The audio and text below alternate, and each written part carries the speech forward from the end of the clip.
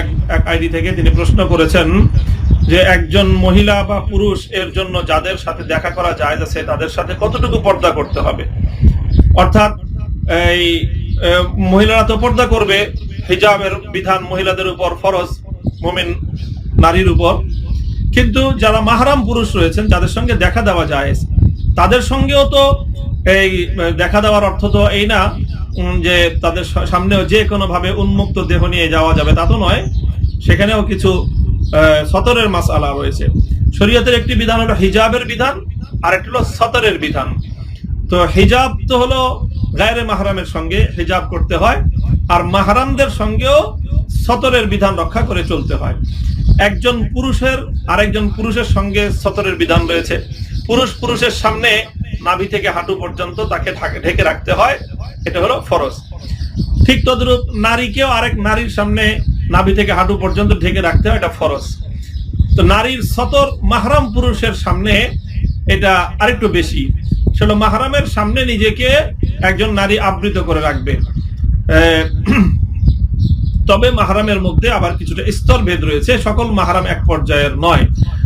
তাছাড়া কোনো মাহরাম যদি এমন হয় যে তার দিয়ানাতদারির ব্যাপারে সন্দেহ হয়, ফাসেক ফাজের দিনদারির ব্যাপারে কোনো সতর্কতা নেই, কে মাহরাম কে গায়রে মাহরাম তার কোনো বাছবিচার নেই, নাউজুবিল্লাহি মিন যালিক, আমাদের তো এমন দুর্ঘটনা, এমন দুঃখজনক ঘটনাও শুনতে হয় অনেক সময় যে অনেকে নিজের মাহরামের সঙ্গে কোনো ধরনের অবৈধ সম্পর্কে জড়িয়ে পড়ে, প্রেমের সম্পর্কে জড়িয়ে পড়ে।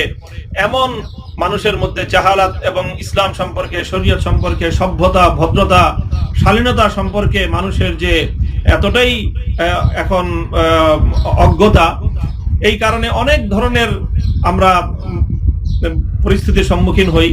এজন্য মাহরাম পুরুষ হলেই সকলের সঙ্গে এক ধরনের আচরণ করা যাবে না। মা বোনরাও মাহরামদের মধ্যে যারা দিনদারির ব্যাপারে, শরীয়তের হুকুমের ব্যাপারে সতর্ক, তাদের সাথে একরকম আচরণ করবে, আর যারা ফাসেক ফাজের, শরীয়তের বিধিবিধান, সভ্যতা, ভদ্রতার ন্যূনতম কোনো পরোয়া যারা করে না, তাদের থেকে আরেকটু বেশি সতর্কতা অবলম্বন করতে হবে।